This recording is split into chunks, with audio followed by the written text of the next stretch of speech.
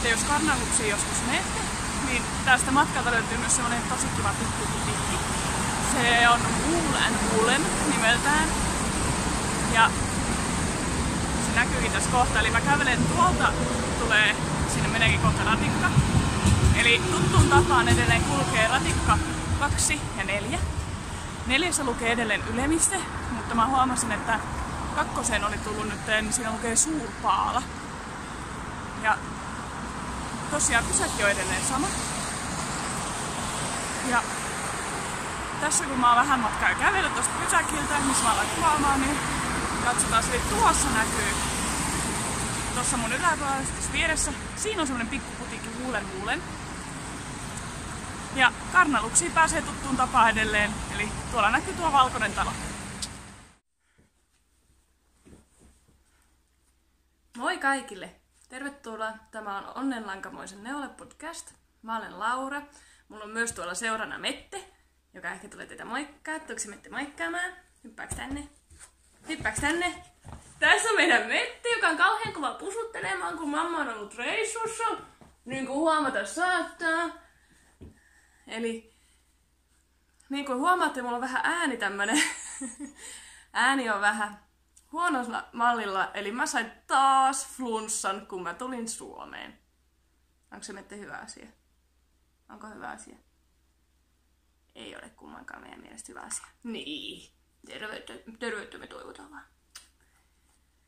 Eli tää on mun neuleaiheinen videopodcast, jossa mä esittelen harvemmin tämmöisiä karvakamuja, enemmänkin neuleita, kaikkeen lankaan ja käsitöihin liittyvää. Ja mulla olisi tänään teille 2 valmista työtä. Keskeneräiset työt ei ole mulla edennyt yhtään sen enempää viimekertaisesta. Niin mä ajattelin, että mä nyt niitä näitä, mä tänään pääsen sitten vähän etenee ehkä noissa villapaidoissa, niistä sitten lisää myöhemmin. Ja sitten mä vähän voisin vilauttaa ostoksia, mitä mä sieltä Virosta. Eli aika hyvin mä sain silleen, että mä en lankoja oikeastaan ostanut muuta kuin 2 kappaletta. 2 semmoista pientä kerää ja sitten sitä, mikä se on, sitä puuvillalankaa, mitä on niitä hedelmä, tuttifrutti, onko se Sachenmayer? Onko se Mette Sachenmayer? Ei Mettekaan tiedä. Eli tosiaan semmonen puuvilla lanka, niin hommasin sitten dragon fruittia tohon mun sukkalaatikko haasteeseen. Ja vois aloittaa heti ensin tästä Vertices Unitesta, mikä on tässä mun sylissä. Eli mä osallistuin siihen Jonnan podcastin Vertices Unite-kaliin. Ja tää oli tosi kiva projekti. Mä oon ostanut tän ohjeen aika kauan aikaa sitten. Mutta mä en tiedä mikä siinä. Varmaan mä jotenkin luulin, että siinä tehdään hirveän monta palaa ja sit niitä ommellaan. Ja mä ajattelin, että never. Mutta se oli niin kivan näköinen huivi, että halusin ostaa sen. Niin tää oli tosi kiva projekti. Eli ei mitään yhteen ompeluita tai muita. Katsotaan, pysyyköhän toi Mette mulla tossa mukana. Eli mun Vertices Unite kalin Vertices Unite huivista tuli tämän näköinen. Mä neuloin sillä koolla suuri. Mun mielestä tää olisi voinut olla koko huge. Olisi voinut olla small ja huge. Eli tää todellakin on tämmönen huge. Ja lankoina mun oli muuten arvettaa, paitsi tämä yksi tämmönen liukun värjätty lanka, joka oli tosiaan sitä... Mitähän tää nyt oli? Tää ei hyvä muisti mulle. Zauberballin semmonen liukun värjätty lanka. Muuten on arvettaa. Mä sain tosi paljon jämiä käyttöön. Tää on ihana, kun tää on iso, niin tää menee tälleen peittona. Tää menee meillä oikein hyvin peittona tai huivina. Mette saa siitä nyt peiton vähän tähän näin. Paljon värejä, mulle tuttuun tapaan. Ja mä sain tän valmiiksi sitten siellä matkalla. Itse asiassa takastulomatkalla. Mä yllättävän vähän neuloin, mutta mulla oli niin kivaa sitten kavereiden kanssa käytiin syömässä ja kaikissa kulttuurijutuissa vaikka mitä, niin en mä sitten oikeastaan neuloin semmosina hetkinä, kun ehti. Ja oli semmoinen, että halusi levätä, niin sitten neuloin. Tää oli tosi kiva tää. Sitten loppupeleissä ensin ajattelin, että tää ei lopu koskaan tää reunus. iCord-reunus, mutta sitten tätä iCordia, mä tykkään jostain syystä tehdä tätä iCordia. Niin tää sitten tuli valmiiksi takastulo matkalla laivalla. Ja tää on ihana. Me tykätään kumpikin. Tää on lämmin, mut ohut, mut iso. Eli tätä voi käyttää hartiahuivina, tätä voi käyttää ihan semmoisena kaulahuivina. Tosi monipuolinen. Suosittelen, että jos et ole vielä tehnyt, itse asiassa siihen kaliinkin vielä, että jos on nopea tikuttelija, niin ehtis vielä muistaakseni, onkohan se maaliskuun loppuun. Mutta tavoitteena mulla oli saada tämä maaliskuun alkuun mennessä valmiiksi, että kuukaudessa ehtis neuvoa. Tosi ihana tuli. Mulla on täällä tämmöistä, mitä täällä on, violettia, keltaista, myrkynvihreitä. Sitten mulla on, unohin. Mulla oli kaikki muu arvettaa paitsi se tämä. Ja täällä kun on tää oranssi, niin tää oranssi on sitä handua. Mä taisin viimeksi sitä vähän vilautella mun jaksossa. Tästä me pidämme kovin meten kanssa. Tämä on oikein mukava huivi. Mä veikkaan, että mä teen toisenkin, koska tätä oli niin kiva neuloa. Tässä ei tullut, ainoa hetki, missä mennessä tulla tylsä oli tää, että sitten oli se ei lopu koskaan. Mutta muuten kun täällä on raita ja muuta, niin aika hyvin jakso tehdä.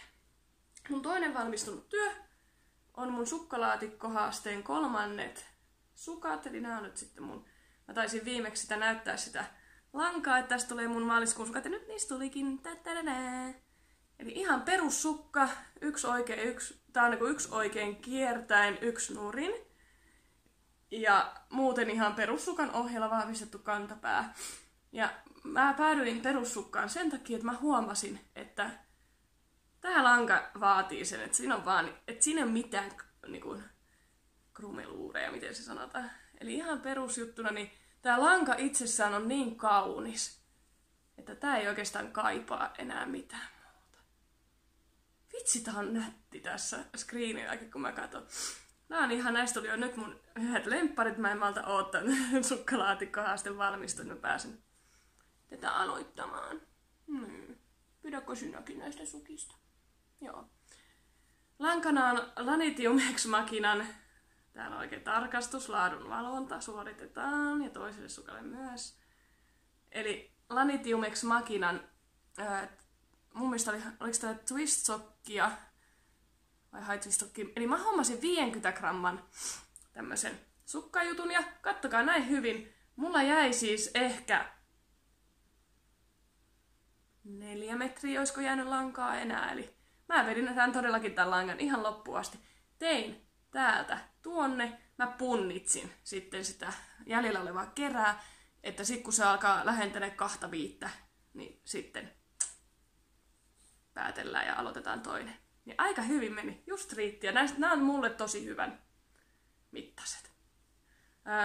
Värin nimi on May Queen, eli toukokuun kuningatar, vaikka näistä olikin maaliskuun sukat.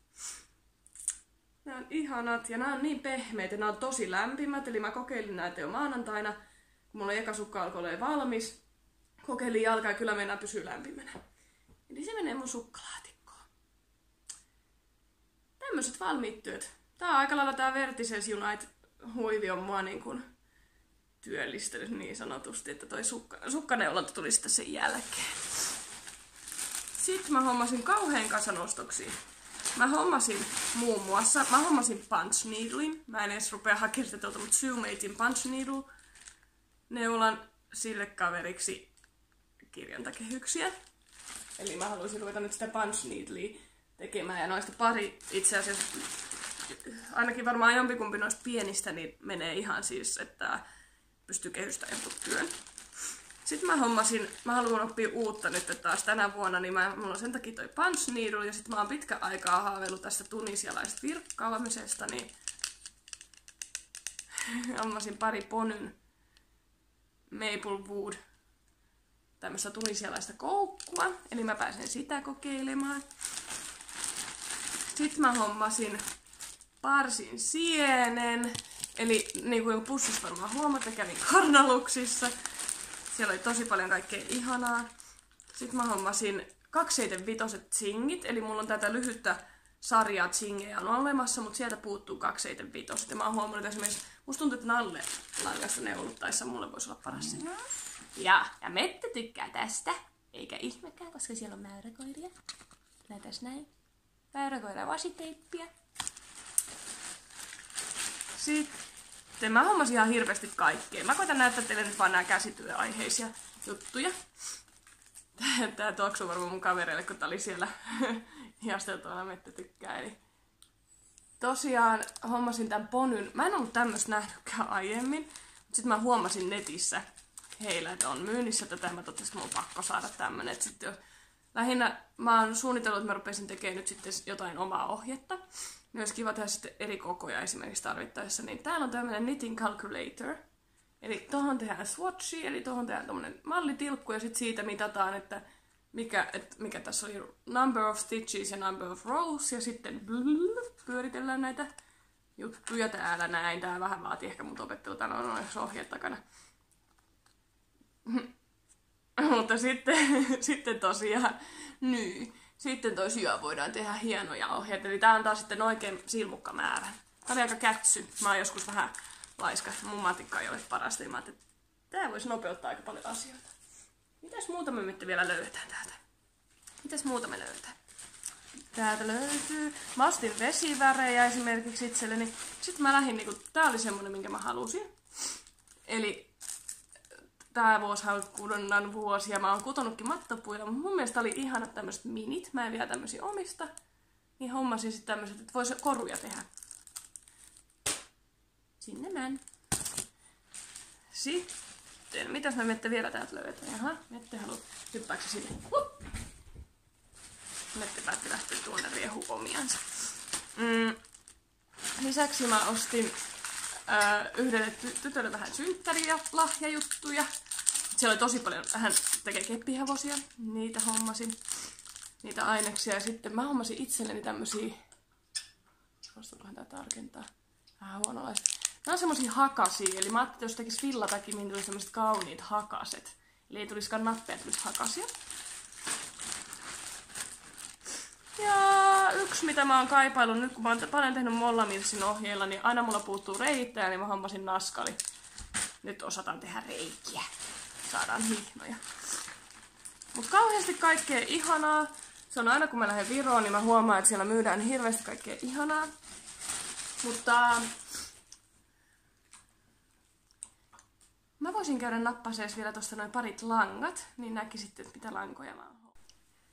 Eli mun langanostelu on onneksi aika aisoissa pysynyt, ja nyt mä oon tosiaan esimerkiksi tähän huiviin saanut aika hyvin kulutettua lankaa, ja mulla edelleen jatkuu tää mun urakka. Ja mä näytän nyt muutama, eli mä hommasin, tässä se oli Sahemma Regia Cotton, tätä Tutti Frutti hommasin Dragon Fruit värissä. Tai jotenkin mä oon sitä vähän haaveillut, että olisi niiden vesimelonisukkien kaverina tää Dragon Fruitti. Ja tää menee tosiaan mun sukkalaatikkohaasteeseen tämä lanka, että ostin sitä varten. Sitten mä kävin Woolenissa. Mä en ole aiemmin ehtinyt siellä käymään ja kannatti, että jos päädytte, jos esimerkiksi olette sinne Karnaluksiin menossa, se on siis toisella puolella tietä, niin sieltä löytyy aivan ihania lankoja, tosi monipuolisesti, eri materiaaleja, sekoituksia. Mä hommasin sieltä tämmöisen Geelong Lambswool. Joudut Mette vähän odottaa pallotteluja. Eli hommasin tämmöisen Geelong Lambswool 100% villa, 100 grammassa 700 metriä. Ja tää näyttää oranssimmalle. Tää on enemmänkin semmonen poltettu oranssi.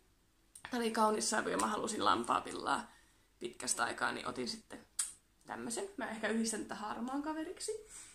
Ja sitten mä hommasin, tää oli ihan mieletön. Kattokaa! Voi vitsi, tää on kyllä vähän räjähtänyt jo tää kerran, kun se on pyörinyt mulle laukussa, mutta saatte sen idean ehkä sieltä oikein hyvin. Katsotaan, jos mä saan tarkennettua. Niin. Tämmönen musta, missä on tämmösiä ihania. Tää on just tämmönen kasarilanka, on moni sanonut mulle, että tää on just semmonen kasari.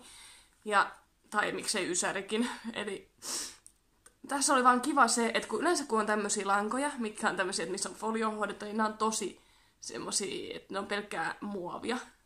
Niin tää oli hauskaa, että tää oli 78% viskoosia. Eli mä ajattelin, että tästä saisi just kivan semmosen jonkun juhlahuivin. Mikä voi heittää, jos on semmonen pikkumusta, niin sitten saisi tästä vähän semmoista hillittyä väriä. Tän on hillittyä, mutta vähän kimalletta.